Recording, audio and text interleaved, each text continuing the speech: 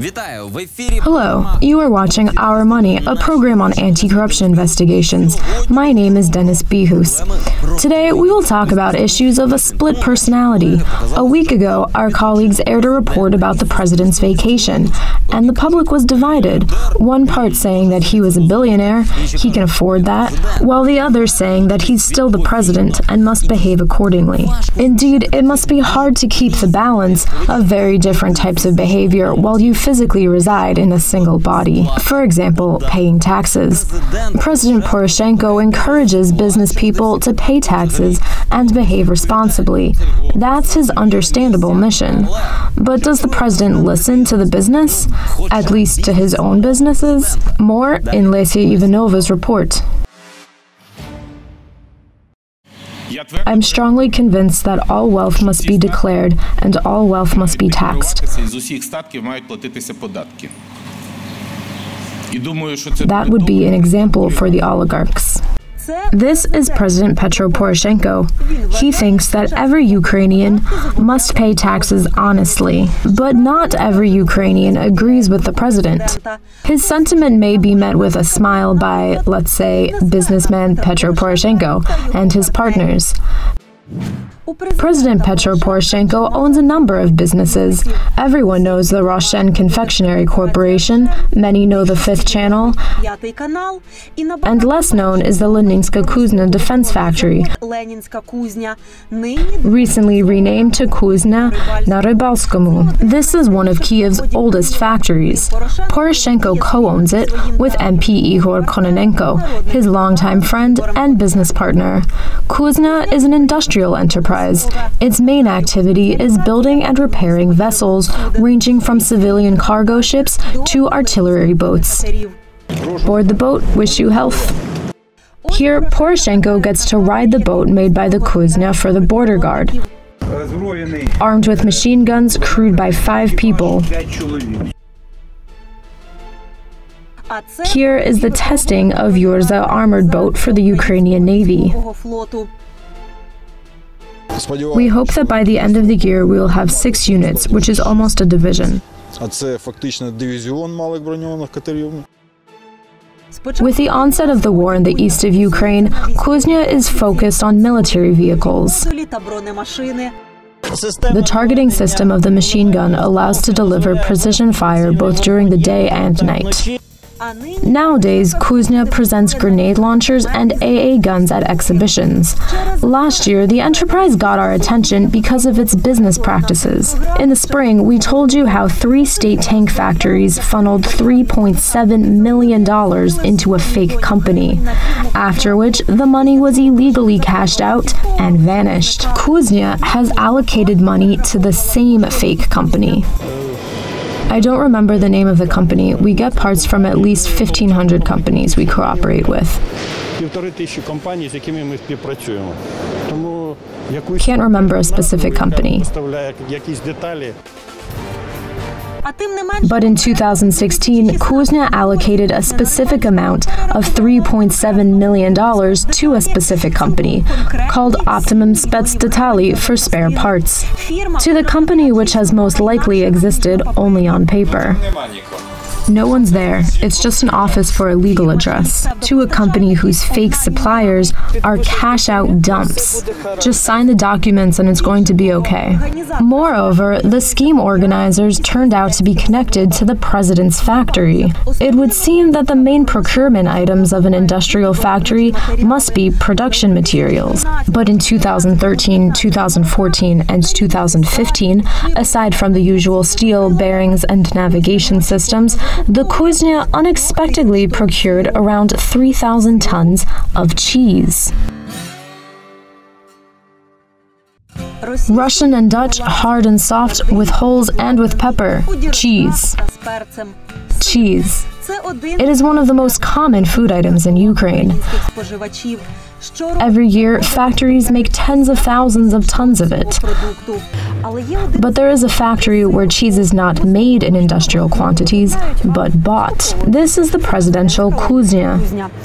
They've bought so much cheese that every employee of the factory, from the janitor to the CEO, could eat 7 kilos of cheese every day for 3 years.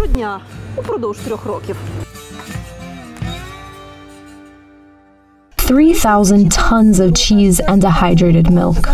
According to our info, for a bit more than 2 years, Kuznya has spent around $8.5 million on dairy. This is almost a half of the overall expenditure of the factory.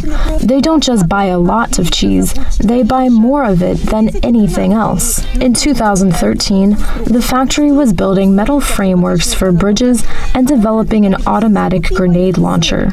But a third of all procurement was cheese, for $2.5 million. In 2014, the factory builds another armored boat and presents an upgrade for armored cars and APCs, and buys cheese for $5.5 million.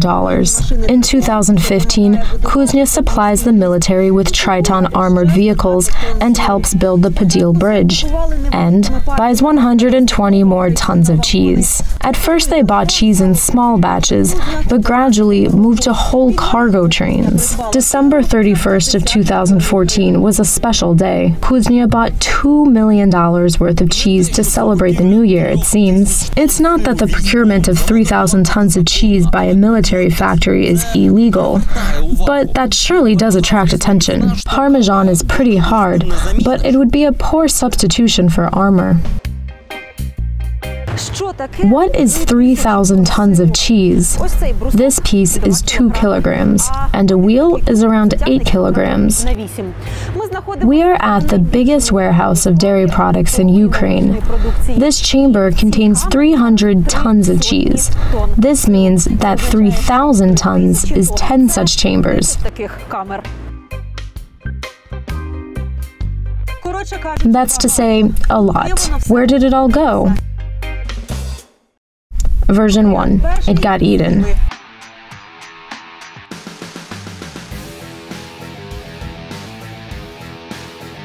Physically impossible, even hypothetically. An average of 300 people worked at the factory at that time. This is 7 kilos per person daily, even without bread. Version 2. Buried. That is to say, it's stored in a distant warehouse for later. This is not very convincing either. At 2 to 6 degrees Celsius, cheese can be stored for 6 months. Version 3. Sold it. Incredibly, Kuznya also has a license to trade in dairy products, but they didn't sell any cheese to Ukrainian consumers. Neither is it listed among the company's exported items. Could Kuznya's owners be unaware of this? Seems unlikely. But we couldn't get an explanation from MP Ihor Kononenko, who is seemingly unaware about all this. What he is interested in is how we became aware. Mr. Ihor, why does Kuznya need 3,000 tons of cheese? Where did you get this info? Our sources told us. Why does a factory need 3,000 tons of cheese? Ask at the factory. And we did. In connection with the end of the term of contract signed in 2012 to 2013, we cannot provide information for the specified period. So the factory does not remember 3,000 tons of cheese, but the supplier of cheese still has their contracts. Milky Land Group, one of the largest manufacturers of dairy products, remembers selling cheese to Kuznya, but not shipping, because this story is not about cheese. It's about taxes. We exported goods through the Kuznya factory. Yes, we gave them the goods, then took it back on commission to Milky Land Ukraine, and it exported the goods.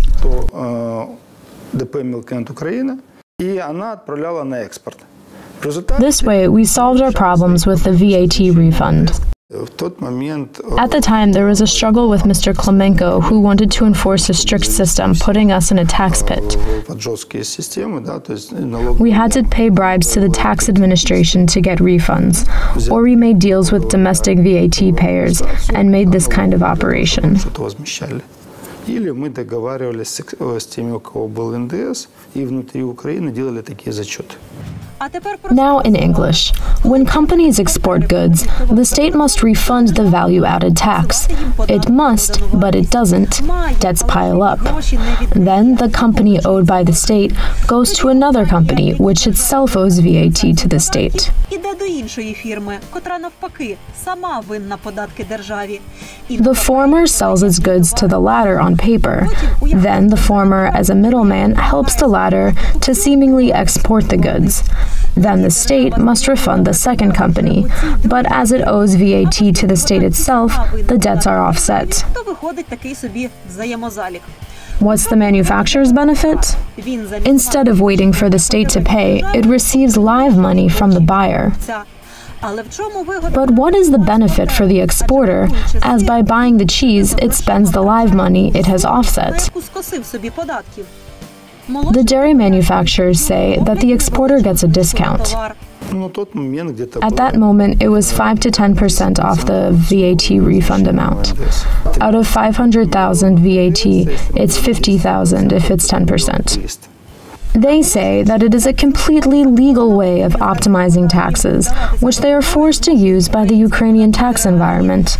But the transaction amounts they mention are 3 times less than those we discovered. There are 2 different blocks. We had to sell and export deals for $3 million. For $6 million, we had deals for saving and returning of the goods. This version explains the benefit of the dairy manufacturers. They lose some with the discount, but get the live money. But Kuznya's benefit remains unknown. The enterprise, whose net profits for those 3 years amounted to $19 million, decided to participate in a scheme to earn a bit more than $40,000. Attention, an important disclaimer. During the making of this report, we talked to a lot of experts, auditors of large companies, lawyers, tax officers, and tax optimizers. This scheme has a couple of variants, from what we can call a legal optimization to outright cash out and tax evasion. To accurately define what has happened, we need to have all the ledgers of all the companies involved, which we don't, of course. But the situation looks as suspicious as a person climbing out of a window with a bag at night. It may be a burglar, or it may be the owner taking out the trash in an eccentric way.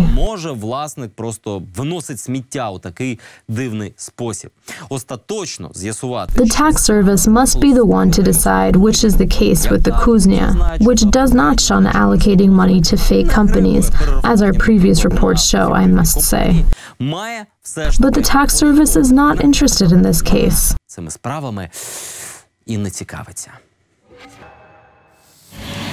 I'm strongly convinced that all wealth must be declared and all wealth must be taxed.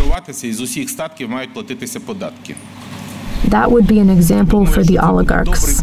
As you may remember, this is the co-owner of Kuznya, President Petro Poroshenko, the same one who is convinced that every Ukrainian must honestly pay taxes. Big business must live by rules. Rules mean paying taxes. This is MP Ihor Kononenko, a co-owner of Kuznya. He is convinced that every company must honestly pay taxes. That's him again, avoiding questions about the cheese used to optimize Kuznya's taxes. Why does the factory need 3,000 tons of cheese? Ask at the factory. This is Andrei Savin, a lawyer of the Anti-Corruption Action Center, an ex-tax police officer with 8 years of experience. He says that such schemes of mutually beneficial help can be a lot more interesting in reality than in the explanations of its participants. Theoretically, a scheme like this can exist, but only in this part, because there's a question of financial benefit of such an operation. The benefit for the manufacturer-exporter is obvious. They just get what they have the lawful right to, even if it's from another company instead of the state. But it gets more complicated with the other company's benefit. The buyer who loses money acquires a right for a tax credit. It's important to notice that the profit for exporting the cheese is very low. If you extend the scheme a bit, the benefit to both parties becomes more evident. The scheme actually exists, and it exists because the buyer's money is most likely going to be cashed out, and the buyer will receive cash, while the supplier and affiliates will get a percentage of that amount. І цей покупець отримує готівкові грошові кошти. І знову ж таки постачальник і пов'язані особи отримують відсоток.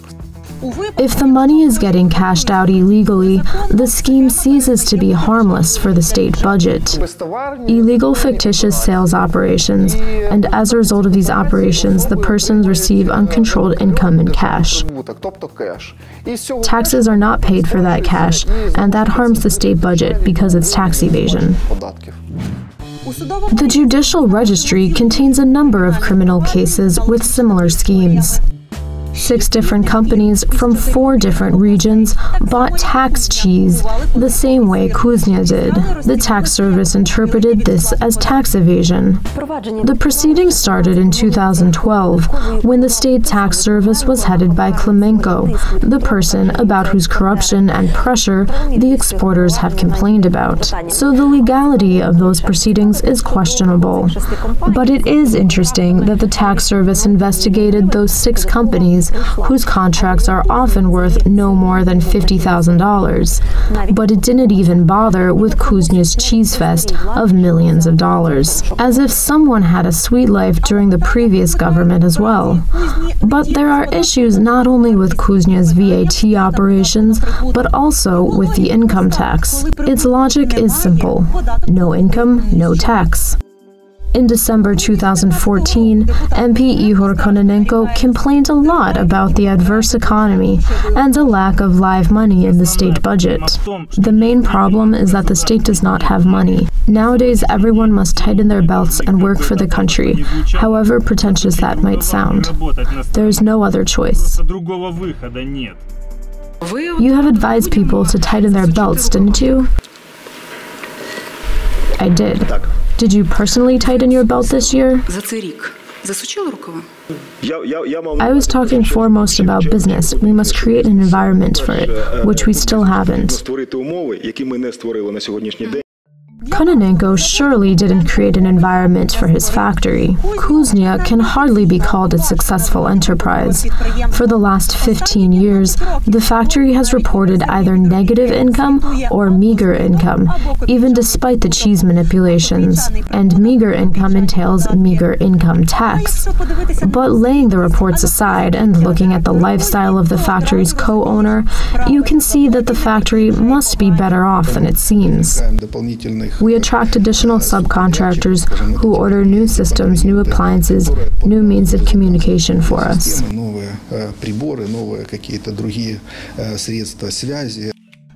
He forgot about the new cheese. This is Valery Chandra. He has been leading Kuznya for 15 years. The factory is mostly losing money. The head salary is not that high, around $1,500 per month.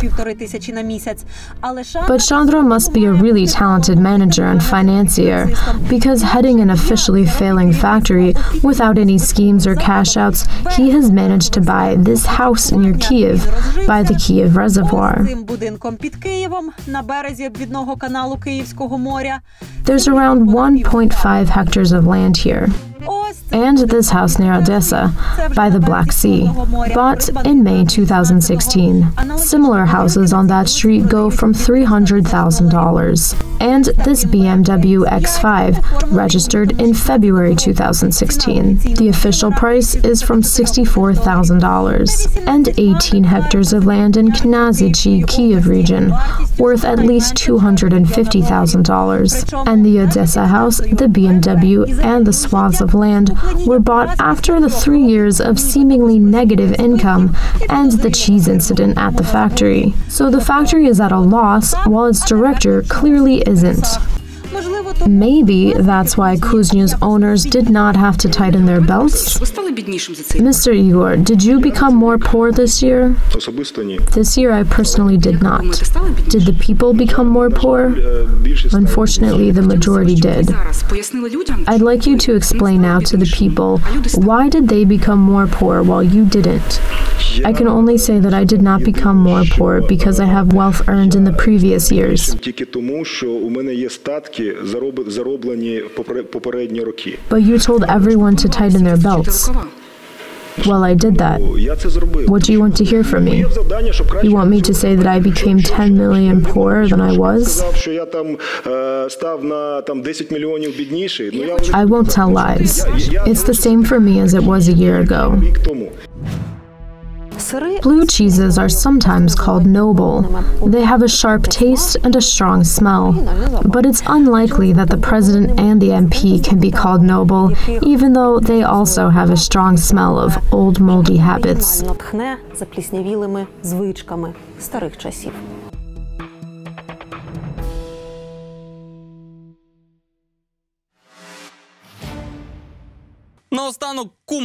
Lastly, a funny moment.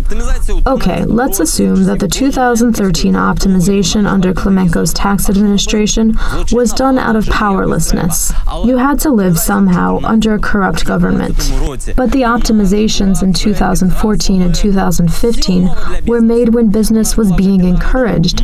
It was under the new tax administration, with Poroshenko's motto of living anew. And remember, pay all the taxes and tighten your belts. That's your job. That's all for today. This was Our Money. My name is Bihus. Write us on social media, and if you have something interesting to tell us, feel free to email us. Watch us on YouTube, and see you on air in a week. До зустрічі.